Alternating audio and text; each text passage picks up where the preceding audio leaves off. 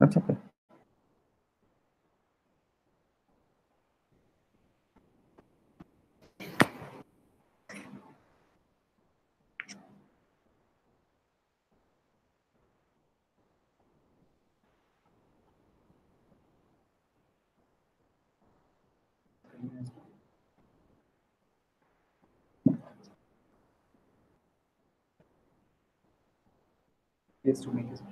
Just straighten up your screen a bit, Himanshu. Yeah, that's fine. Okay, so we are live now. So just a moment. Yeah,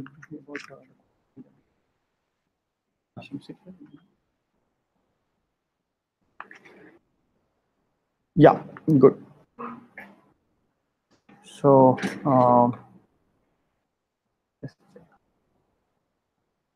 we'll go to YouTube. How? So it's not being disconnected.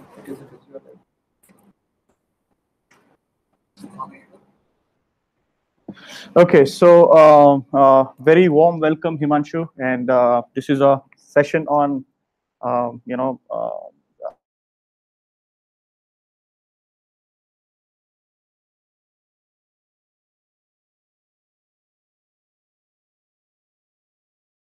to introduce you to our audience, who are watching this show, and then we have a sessions which will to you from our side as well as from the audience side as well.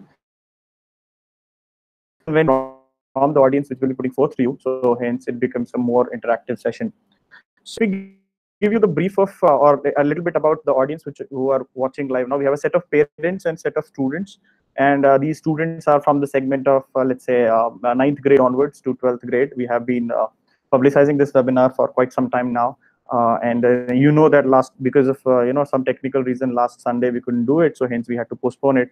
And we also had IIT JEE mains exam last Sunday, so hence this is the first webinar, several such webinars which we'll be conducting. Now, to my audience, let me just introduce Mr. Himanshu Sharma. He happens to my batchmate from IIT Kharagpur, and but he has done much more, and he has much more. He's having much more credentials in his career. So he started with his undergrad program, or he did his undergrad from IIT Kharagpur. He Biotechnology from IIT Kharagpur. Then he pursued MBA from IIM Ahmedabad,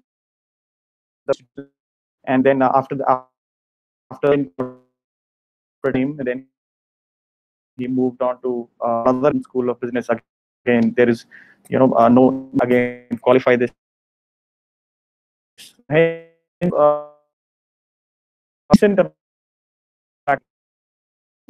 that he has done exceptionally well, and he happens to be a Ford scholar as well. Apart from that, he happens to be a gold medalist from Ahmedabad. So he has done all his there is nothing which he has not tasted in his academic career. So we find him one of the best minds to advise our audience today in terms of what all courses to pursue and what to do about your academic pursuit. So, Himanshu, why don't you just start with sharing your experience, let's say in IIT Kharagpur, and then you moved on to one of the finest institutions for MBA in India, then finally in the world over. So you have an experience of an Indian education system till undergrad, then you moved on to do a postgrad from India as well, and then finally a postgrad from for a university. So why don't you just bring in some comparison between Indian and then not exposed to in.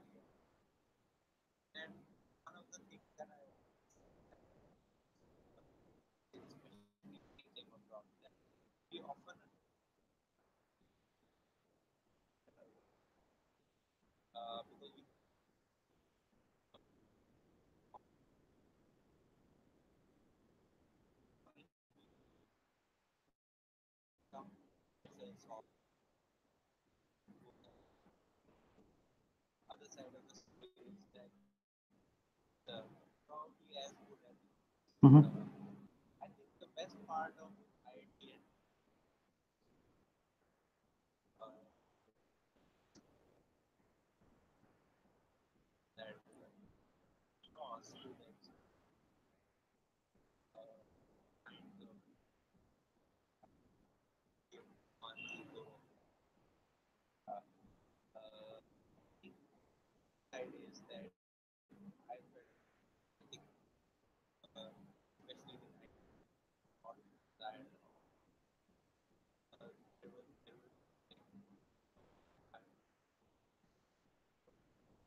Mhm.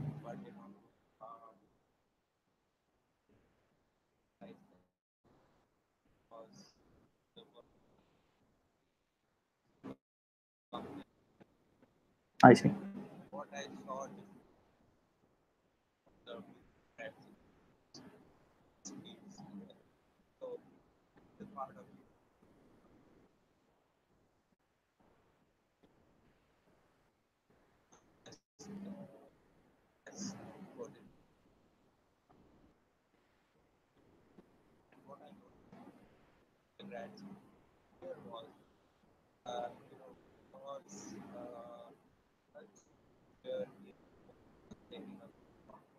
Mhm.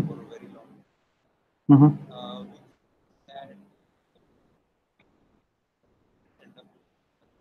Okay.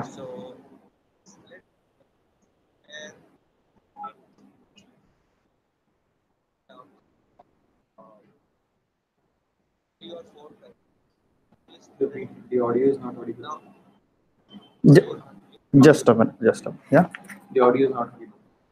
Just hold. Just a minute, Himanshu. Yeah. Yeah.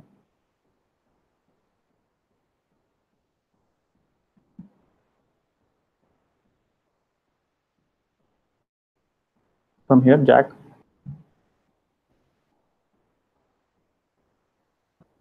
Yeah. Can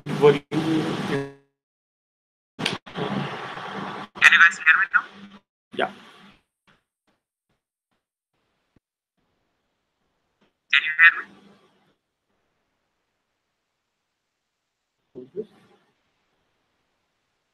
Himanshu? Yeah, I can hear Yeah, you. His is there. His voice is there. Yeah. Just one. yeah. We'll do a check. Quick check. Just a minute. I can hear Just one. you. We'll do a check, quick check. Can you now? Yeah. Just to check.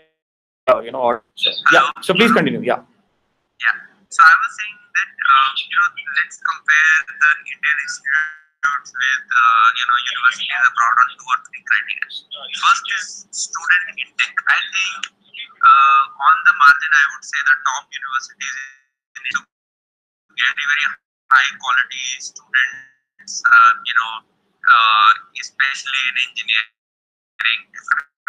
People often point to the fact that the percentage intake in say IIT is less than 1% of applicants or close to 1% of applicants, and in US universities that percentage is a little higher.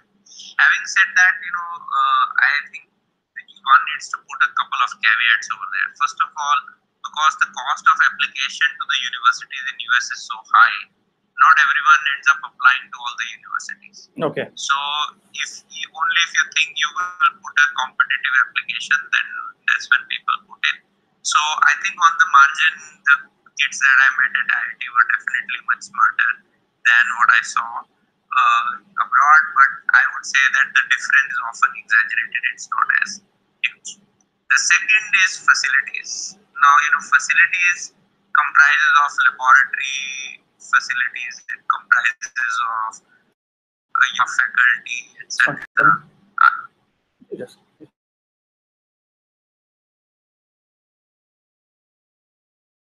Not coming. The audio. Oh, sure. Yeah. Just a minute. We need to increase the volume.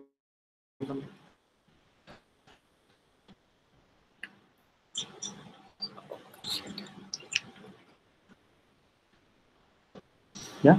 I just have to. Oh, okay. Okay. So how people are doing that?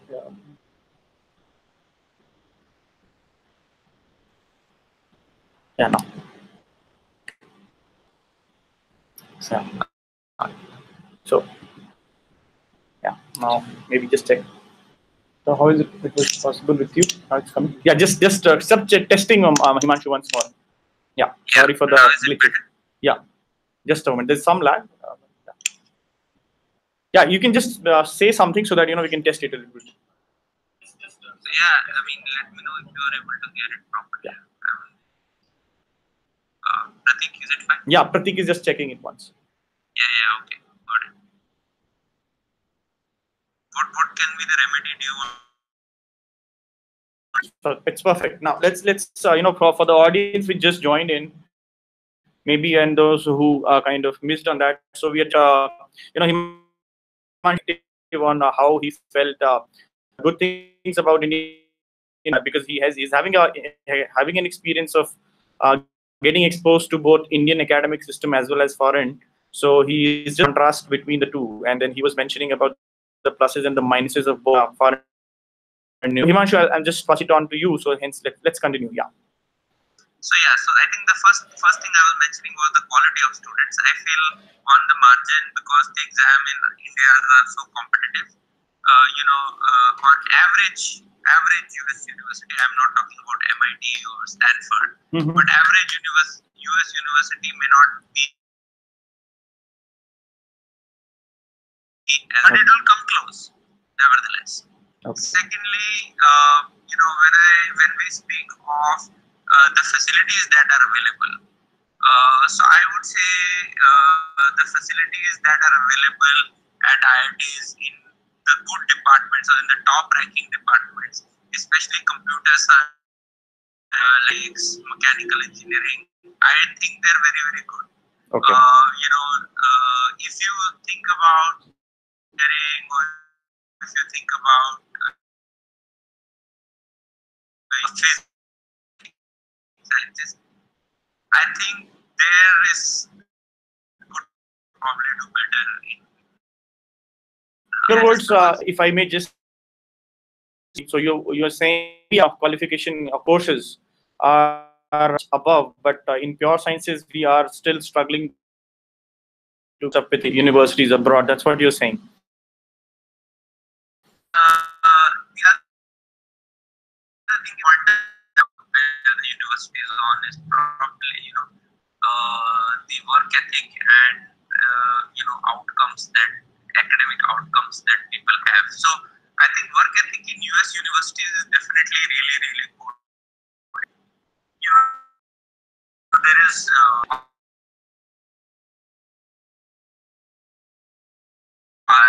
in the courses you cannot, like, I think they really focus on being regular in the class or you're working. Is that for students are really, really good. I see. And I think that translates into very good recruiting outcomes, whether people want to do PhD, whether people want to do whether people want to go and work in finance, or people want to work in top engineering firms. I think the fourth criteria is definitely recruiting. Things that I feel that a top student or the top 5 student in computer science in IIT system may not get a chance to do a job that a top student in say University of Pennsylvania or MIT or any of the Ivy League schools gets to do. Whereas arguably the coursework at IIT may be a little harder, and the reason for that is just that there are much more jobs of those kinds over here than they are in India. So I think that is a very, very big criteria which people often overlook. So learning outcomes may not be bad, but recruiting outcomes may not be that good in India, and it can demotivate kids, right? Like if you're in first year in college and you look at what are your seniors doing post school, and you come in with those starry eyes, and you see not everyone gets to do those kind of jobs. So that can always be a demotivating factor. And in US, I think the positive part definitely is if the kids, it is always within your reach. If you work hard, if you're smart, if you you know what inputs are required to get the desired outputs. And sometimes that ends up being a black box in India, and that sometimes can be a little troubling. But otherwise, I would say, net, if you get into a good Indian university like IITs or ISC these days, and if you get into a good US university, you cannot go wrong with that choice. It's either ways. Okay. Yeah. So just adding to that, we are, kind of mentoring a lot of students and very bright students in Bangalore city. And then there is a common question in the young minds that, okay, there are two options which they look for. One is, pursuing a undergrad study in India. And then what we used to think during our times that, Indian undergrad studies is one of the finest because it helps you, acquire lots of other skills apart from just education. And then moving on to, let's say, a university abroad for your postgrad or maybe PhD later on. So that's one route. Another route is, many people are also kind of, exploring this particular option that you do your undergrad directly from a foreign university if you can get into one of these finest institutions, and then pursue whatever your postgrad, or just join the corporate world or whichever way. So according to you, for an Indian student, we'll be talking about from the perspective of an Indian student, because he or she stands, I don't know what chances against vis-a-vis a student of a Korean background or maybe a Chinese background. So let's say is an average Indian student who has, let's say, he's doing reasonably well in acads.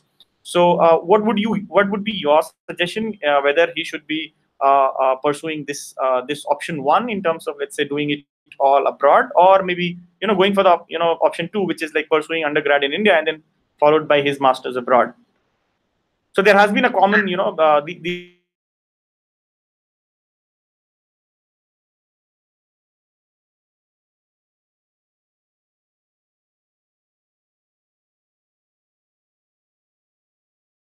in the I will still try to answer that. I think in my think about this is that the advantages that we had was like, economics of the whole situation is a big deal. So if your money, if you have the money to invest in an education, I would say it makes a lot of sense to go abroad directly for your undergrad. Okay.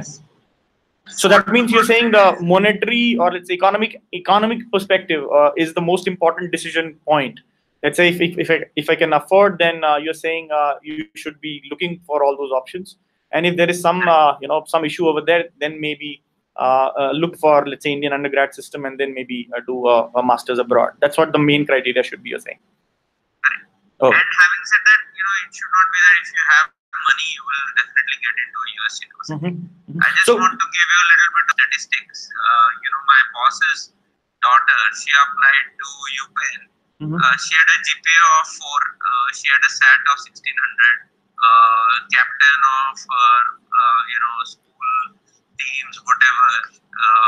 So she had basically a very good profile. You're saying GPA of 4. Just for our audience is like US universities rate them out of 4, which Indian universities do it in the. So you're saying so she was perfect scores, and she didn't get into UPenn.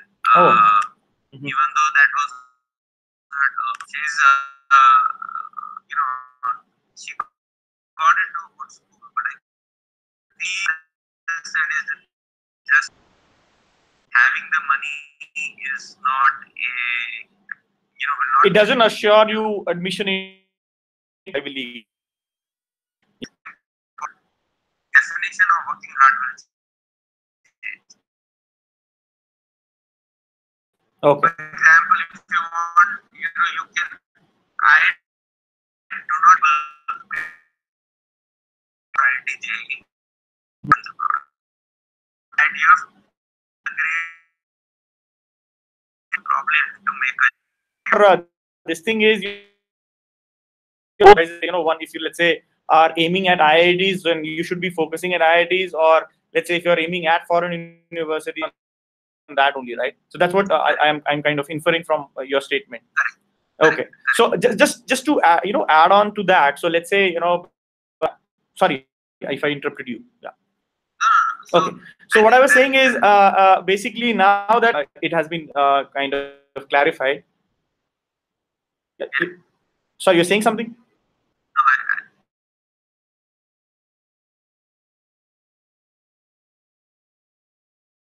Yeah. So what path to choose, and which I see most of these, 11th grade, especially because they have what do you say, confusion about what to say, only IITs or and they're asking this question: is it both of them balance? So let's say if one will just I can follow. It's not a very good idea to have outlook. It's better to have one thing shortlisted, or let's say zeroed in, and then pursue it diligently rather than having multiple options in front of you and then kind of not being able to achieve anything out of them. So now coming to the next question is, let's say now someone focuses on these someone wants to get into all these, one of the great institutions, which you just mentioned. So what would be the right time to preparing for that? Let's say our experience is that all these universities, as you rightly pointed out, you don't need to be sufficient only in monetarily, but your academic records also should suggest that you're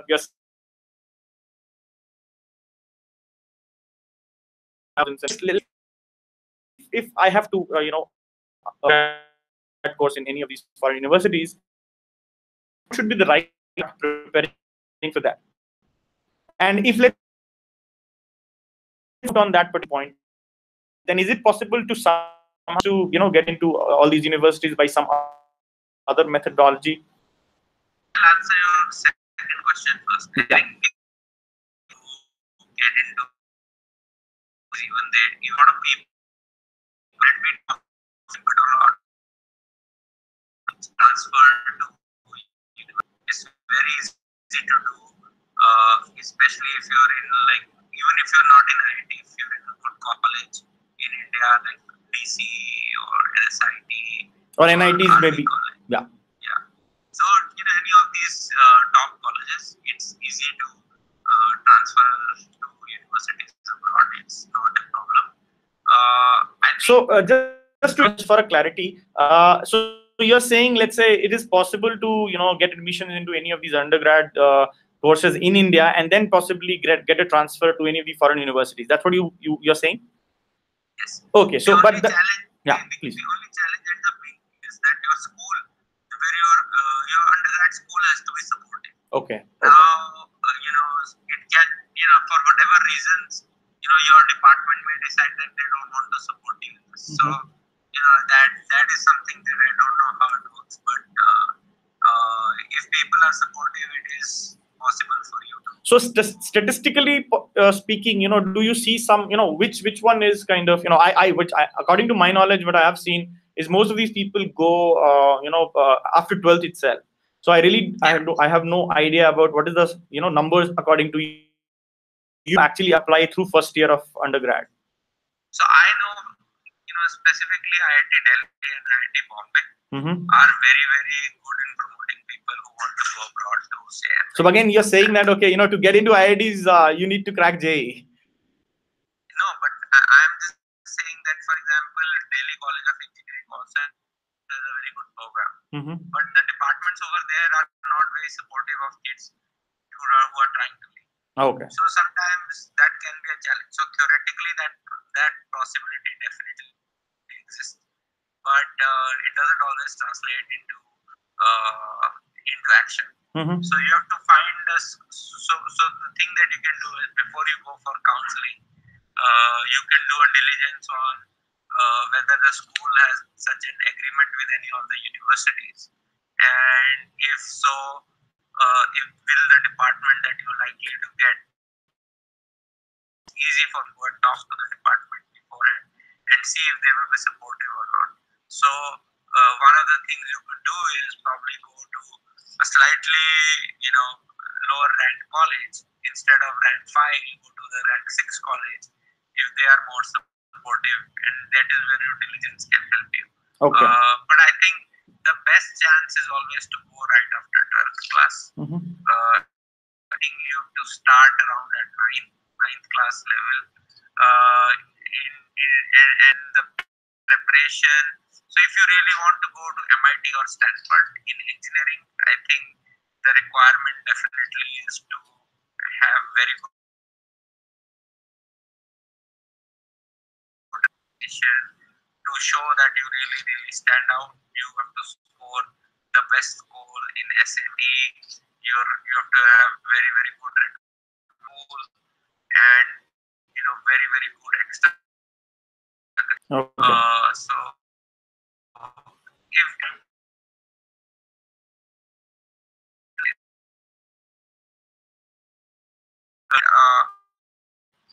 unlike it will, the bad news is like there are so many boxes that you have to tick. Yeah. That the hard work required is not going to be any lesser.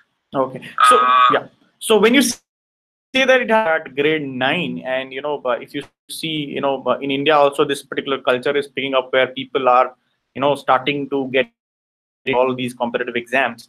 But in India, that IITs are, as you rightly pointed out, it's a game of the day, right? So even if you have put in a lot of effort and you were exceptionally brilliant, one day can make or break for you. Now, but then what are the factors which are which are responsible, or let's say which can be start like in 9th grade? So one thing is, as you rightly pointed out, that you have to be consistent in your performance academically. But what I have heard and got to know that only academics are not what your universities are seeking into your resume. So can you just throw some light on what other things apart from academics obviously is there? So apart from academics, what else someone has to kind of build upon these universities? So I think sports and or social work is what I hear from people over and over again, and I think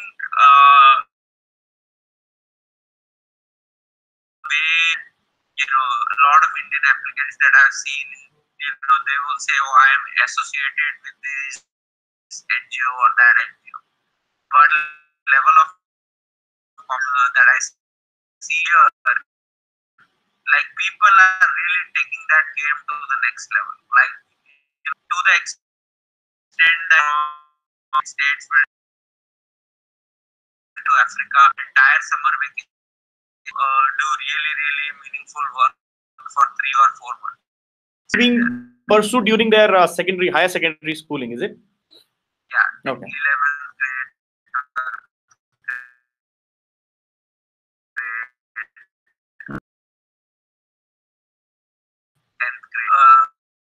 Very competitive over here, and that goes around because a few years like is that we are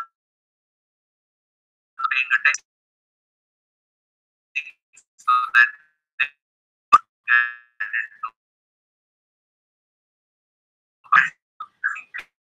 the thing is that your activities subject and spend like 2-3 hours on that apart from your study every day, like without fail. Okay. In my opinion, the thing is that if you work hard from grade 9th to grade 12th, on all of these aspects, which is academics, your extracurriculars, and Olympiads, or if you're applying to business schools, then some of your extra courses that you can do, or some Coursera courses, you can say, oh, I did accounting from university of this and this, to show some of your interest. If you spend like 2-3 hours every day apart from your academics on these things, and 6-7 hours on academics every day, so 10 hours apart from school, spends a lot of time. Mm-hmm. I understand that.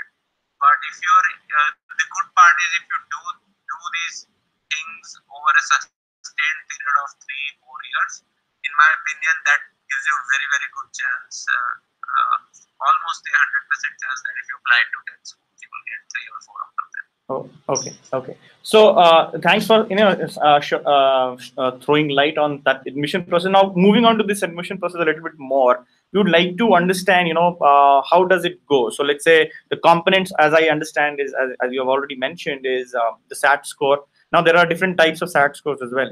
So there is a general SAT, there is a subject SAT thing, and then there are something called advanced placements, which also people are opting for. So, and then again, the set of gamut of extra academics which one needs to do, and obviously when someone is quite late in deciding that I want to go pursue academics abroad, then obviously in my understanding, 12th grade is little delayed. So so what is the typical admission process? As in, how do someone go about it, doing let's say, even if, as I understand, in unlike in India, where you just need to pass an exam called JE, and then you don't even realize what is the difference between chemical engineering and chemistry, and then you have to take it basis your all India rank. But here in this case, you have a full set of things to be done before you actually start application process, namely, let's say, researching about the coursework or the university course combination and all that. So how to go about it, where to research from, what all resources should be kind of taken care of, and things like that. What are the do's and application process? I think the latest time you can start is the beginning of 11th standard. Okay. If you are later than that, it becomes very hard. Then you should not waste your time. Mm-hmm. It's I think a lot of people are out there who will try to convince parents that even in 12th grade it's not too late, which may be okay if you are targeting lower ranked universities. Mm-hmm. It's not a bad idea. Not everyone wants to go to Ivy League. Someone will be okay with going to rank 25, 30 university depending on her or his circumstances. And in that case, in those exceptional cases, it may be okay to be slightly later to get slightly later into the process. It might happen that some students are very intelligent but are not very acclimatized to the stress level that is required for IIT. Mm-hmm. And then their parents may decide at the beginning of 12th standard that maybe the best way to realize the potential of our kid is to send him or her abroad, and so then you have to be a little reasonable with your expectations on what kind of universities you want to send your kids to. And over here, I would say that sending your kid to a rank 20 or rank 30 university in US is a much better outcome than sending them to probably not a very good rank university in India. Okay. So it is not a bad idea, but I just want people to remain cognizant of their expectations. The other part of the question was that what are the things people need to start doing, etc., etc. So I think when I said academics is very important, quality of academics and not just the scores is.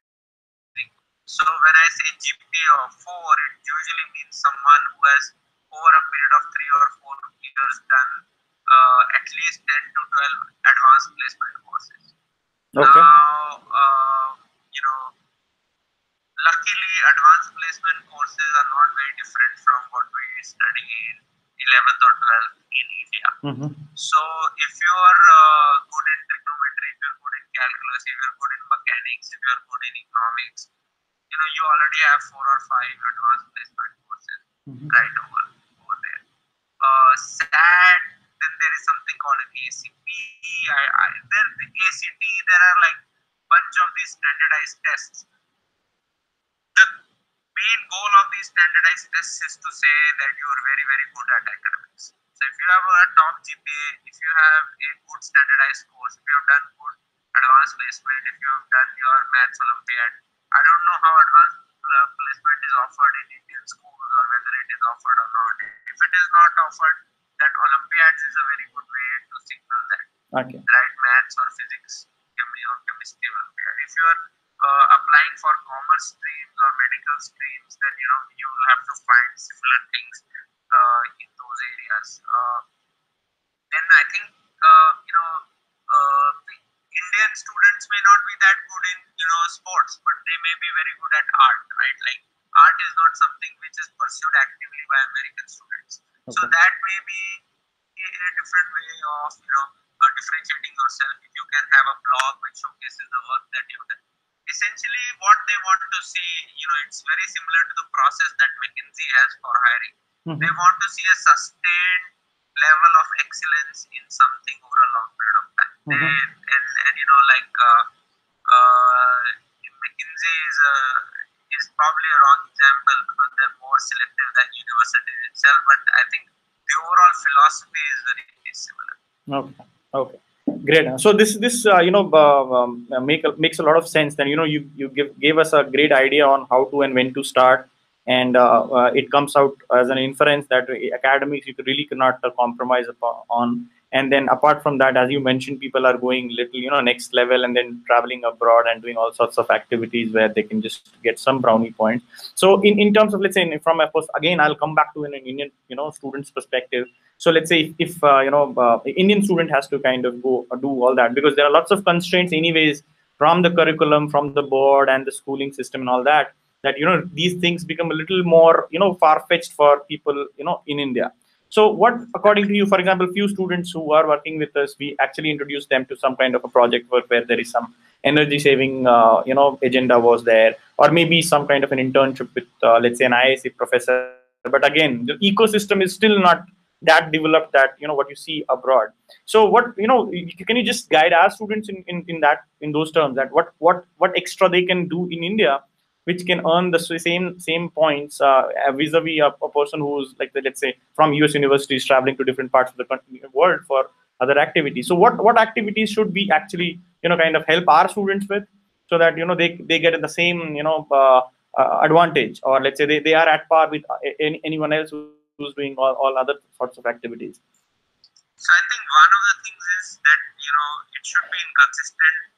It should be consistent with what the kids really believe in. Because if they are appearing for an interview and the kid really believes in environment and he is working with an environment-related NGO, that will clearly show.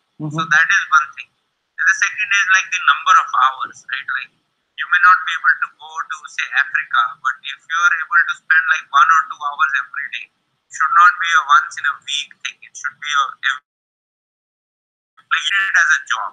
Like just to give you a perspective, like Northeast America where I live, basically Connecticut, New York, New Jersey, it's probably the most competitive area for students. So it's probably example of what lens kids go to get into universities. But with that caveat, I would say that the regular kids over here, they go to school from 7 a.m. to say 1 p.m. and they come home at 2, and then they play sports, study, like do all of these things as a job till like midnight. It is like probably sleeping only 5, 6, 7 hours a day, not more than that. Is that the regime they are usually following in America, in US? I think college admissions for top schools are really getting very hard over here. Like, especially if you're not from underrepresented minorities, it becomes extremely hard. This is the reality of things, right? Like there's so many Asian parents over here pushing their kids. It's kind of a circus if you go to the school and you see how parents are cheers for every grade, and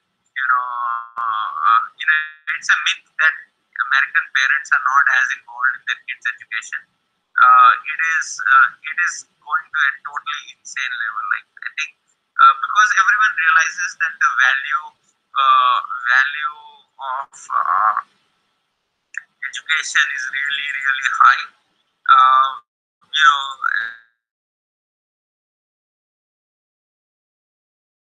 And one of the things that parents have to realize is that in which the kid cannot play alone. It's be a team-based effort.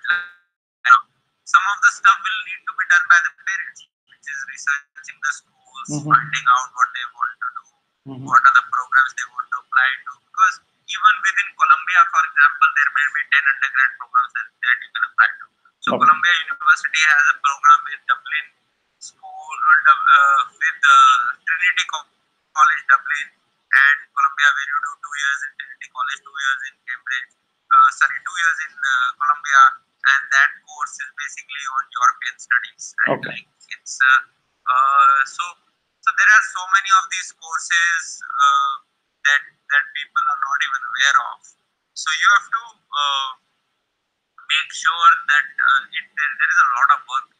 Very hard for a 15, 16-year-old person to do it on their own. Like it has to be a team effort. And I think the other thing is also you have to use admissions consultants. Like it is not an option in my opinion. It is something that professionals are very accustomed to doing, and you taking their help is very, very, very important. And I would suggest that parents invest in good admissions consultant, and then they try to, and hiring them is just the first part. You have to work with them at every step. And every month you have to review, okay, how is the kid doing on academics? How are they doing on the extracurriculars?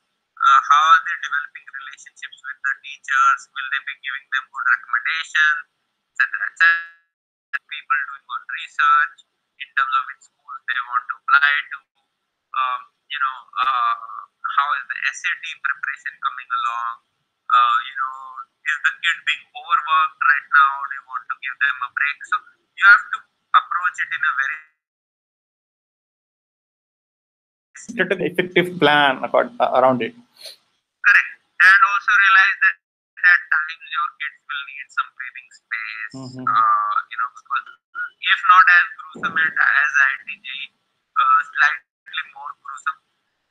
The only difference is the surety in the process is much higher. Okay. I believe that if someone follows this process, they will get a very good outcome. I see. You can never say that thing about IIT because the kid might just have a bad day. Yeah. And we have seen in our lives how best people were out of the campus. And so now talking about the, so let's say, there's now it gives you a lot of clarity that it's a gruesome process, if not, it's not no lesser than, a preparation for an exam like JEE Advanced in India. And obviously, and it's also spread across 2, 3, 4 years. So now let's say, so hence the rewards also are pretty high. Let's say you get into an MIT or a Stanford or things like that. It's really great feat. So just wanted to understand how is, let's say, because you have now an experience of getting into an Indian university visa and as well as a foreign one. So what was the let's say experience in a, let's say, how would an undergrad student feel when he, let's say, goes into in a foreign university, especially from an Indian background? So you can just throw some light on the challenges they will face, or the rewards they will be getting over there. So I think before I delve into that, the only thing I want to say is that the past have asked me, oh, you were saying it's so gruesome, but I know so and so, and that kid just got into University of Tech, and didn't work that hard.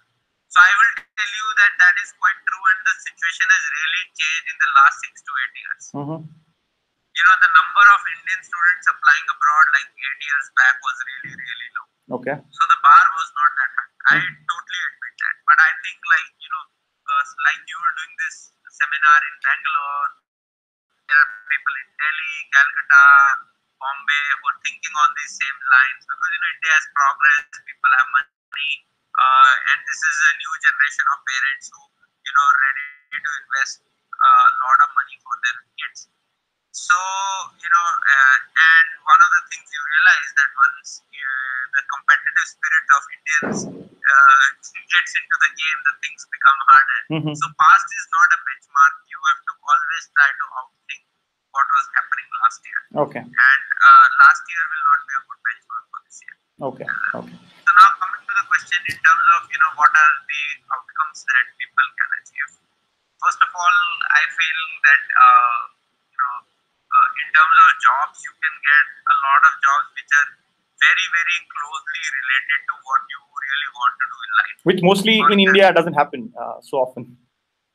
Yeah. So in India, the biggest frustration could be that you did like path-breaking work in fluid dynamics, and then if you really wanted to do mechanical engineering, then as you went to ITC, you could go to ITC, or you could go to Tata Motors, or one of these places which are very good organizations but are really not doing the cutting edge work as far as mechanical engineering is. Correct.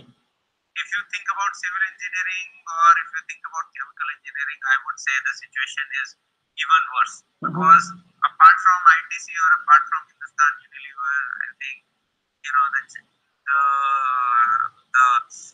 options that people have are really, really very limited. Okay. And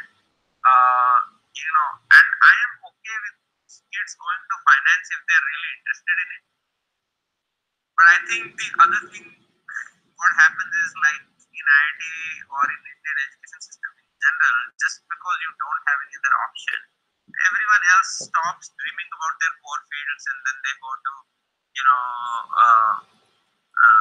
oil and gas industry, or they go to finance, or they go to analytics, or all of these are very, very lucrative and profitable industries, but not something that the kid really wanted to do when they started college. And not also because their interests evolved, only because they thought like, okay, why should I go and do a job at such and such company if it is not at the cutting edge of what I learned in the last 4 or 5 years. Okay. For example, if you take my example, I was always very interested in biotech. But I didn't want to do a PhD because I thought it was a really long investment, and it is a very slow moving career, right? Like, I mean, that can be a very fair point of view, right? Like, you want to do mechanical engineering, but you don't want to do PhD, you want to do be on the applied side. Yeah. And I really tried, but like in India, like I couldn't get a job in biotech which made good use of my skills. And then I was like, okay, then I will probably, the next best thing is probably I enjoy management a lot, and I will go to management. And luckily for me, I enjoyed studying finance a lot. I enjoyed studying, but not everyone might be that lucky. So that, I think, is the biggest difference. Even if you do chemical engineering over here, you can go and work like in very, very good firms, do cutting edge work within chemical engineering. So that, in terms of outcomes, there is definitely a difference. The second is also in terms of outcomes if you want to remain in academics. So if you go to a good university and you are very interested in a PhD program, you can, they will have a favorable point of view towards you because they know you have done well in academics. It's very hard to say no to you. Okay. So, both those things, it works really well. Okay. And if you decide, whatever your primary major was, even if it's business or commerce, that's not something that you really want to do, then the other options, which are like Goldman Sachs of the world, or investment banks of the world, or consulting, those are always available to kids, and in much higher numbers. So that is always a good. Okay. So just coming back to the challenging part of the question, so challenges, so being faced by, let's say, an Indian students, let's say many parents have this concern. They express this to us that, okay, it's all fine that he'll be moving abroad, and the cultural differences, and the location, geographical differences, there must be some challenges, and how to go about it. Are these the constraints which someone must take cognizance of before even applying abroad, or how do you look at it? So I will tell you this, that first of all, I feel that 15 years or 16-year-old students are much likely to make cultural adjustments than a person who is much older than them.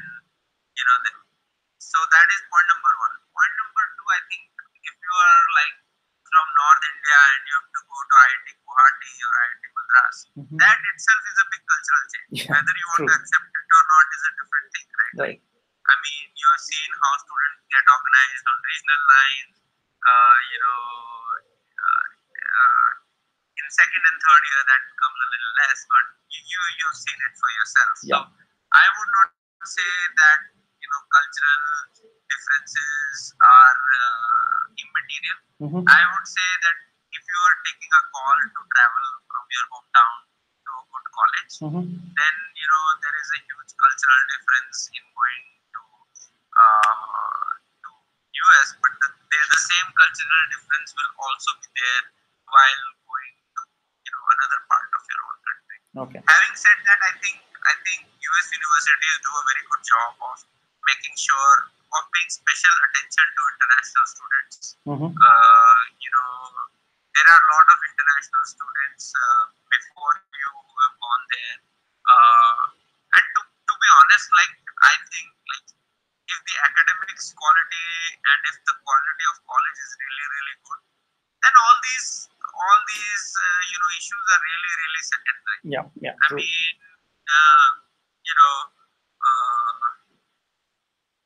I do not think it's a big challenge. It can be a little bit of challenge if the students tend to be a little homesick or whatever. But I'm sure there are very good resources available on campus that can help kids tackle those. So just to kind of, because one of the very vital points which you mentioned in the start of this discussion was, the monetary angle. So if I may ask, what is the rough investment around, ballpark number, which the parents especially can, should be kind of ready with, so that, the entire academic stint is planned. So what is that number around? And obviously it is going to go up, on the upper side as we move on and as the time progresses. So roughly undergrad course, how much investment does it someone should be ready with? I think the general rule of thumb is $40,000 to $50,000 a year. Okay, so this includes the tuition fee and boarding and everything. Correct. Okay. I do think that the top universities have a very good merit cum means kind of fees adjustment. So not everyone ends up paying the top dollar for tuition. Okay. So even if you think you can spare like $140,000, you might have a chance. I think I know of an admissions consultant in Bombay, and she helps one underprivileged kid every year, and that kid one of the kids that they work with went to MIT last year on a free tuition waiver, full tuition waiver, and they are also covering his living costs. I see. And I know that student did not have the best scores, or it's a pure means scholarship. It was not a merit scholarship. So there are if finance is an important angle, but there is some flexibility that the schools will show in that regard. I see. The base case should be you should plan for around $150,000 per kid for the 4 years, and there are loans which are also available for covering these costs, especially if you have a relative abroad who can be a guarantor. But if you do not have a relative abroad who can be guarantor, then the loans are available only at the top 10 or 15 universities. Outside of those, it's much harder to get education loan without a guarantor. I took an education loan for my MBA in US without a guarantor, so it's not a problem. So you don't necessarily have to cover all the costs out of pocket. And what I have, sorry to interrupt, but what I have also got to understand that during your undergrad as well, you do have some opportunities to earn while you learn. Is that true? Or so there are mechanisms around that. So if you think you will do like 3 internships, right? At the end of first year, at the end of second year, at the end of third year, right? So first year you will probably earn around $5,000 per month in your internship. It's a 3 months internship program. So that is $15,000. Okay. Now say the same thing you earn second year, same thing you earn third year. So that is around $45,000 that you have already saved. That goes towards your living expenses, etc. Right? A lot of kids don't do an internship after first year, but it is certainly possible. Okay. But are they eligible to get an internship at the end of the first year? Unlike in India, where we had to, you remember during our KGP days, we had to literally slog to get an opportunity to get into any of these internships. So you will definitely have opportunities, but there are fewer in numbers. Okay. So okay, in the first year the numbers are lower, but as you move on, let's say sophomore or third year, a junior year undergrad will be having more opportunities for the internship. Correct. Then a lot of like these McKinsey etc. have this program. If they give you a Deloitte, for example, if they give you a final offer for consulting in your fourth year, then they take care of your entire fourth year education cost. Oh, that's also possible. Yeah. Okay. That is possible, and it is the strategy for Deloitte to retain talent in face of pressure from McKinsey's and BCG's of the world. Okay. Right? Okay. And then people also do a lot of like research assistantship. But is RAship possible during undergrad studies? Yes, it is very much possible. Okay. The reason because it becomes possible is that you go to a course, you do really, really well in a course, right? So the professors will see, it's a much easier case to convince a professor. Suppose you have his or her class, you go and ask and say, I want to do a project. It's very hard for him to say no. What will he say to you? He'll say, oh no, you're not good enough. That's not going to happen, right? Okay. I think, and I have seen that Indian students, especially, I would like to, say Gujarati students, surprising when they come to college. For example, when I was in UPenn, I used to see that, there are these students who have come from Ahmedabad and they are like doing really well in academics, but they are doing like 10 jobs in the library. Okay. Like in the first year, you didn't get a research assistantship because you're a first year student, so you get a job in the library. Okay. They're sitting at the counter issuing books to other students, and when there is no one to take those books, because the library is open till midnight, those students are just sitting at the counter doing their homework, reading, and people tend to be very enterprising and trying to lessen the burden for their parents. So I would say that out of the $150 to $200,000 of budget that varies from university to university, if you plan well and if you work hard, and as I said, it has to be a teamwork between the parents and the kids. If you take a team-based approach, then you can at least take out like $40,000-$50,000 of that cost, which can be covered by doing like working hard. Great insights, Himanshu. We are actually having a lot of questions, and we are seeing that lots of questions are being asked as well. So what we can do is we'll have multiple such series. So before we end, because this was an 1 hour slot, and we parents and all others would be having some free engagements. So before we end this session, and then probably we'll be coming back again with more such queries and such sessions. So just one piece of advice which you'd like to give our students and the parents who are listening to this this conversation. So what would be that, and how should they plan, and what should be things which should be taken care of to plan their academics? I think first of all, as I said, that whether you decide to go to abroad or whether you decide to stay in India, do not think that one process is easier than the other. Okay. Right? That is very important. Secondly, I feel that parents should really think of this as a teamwork, and so should kids, right? Okay. Each should understand each other's constraints, whether it's monetary constraints, whether it's like the kid can only do so much. So some of the less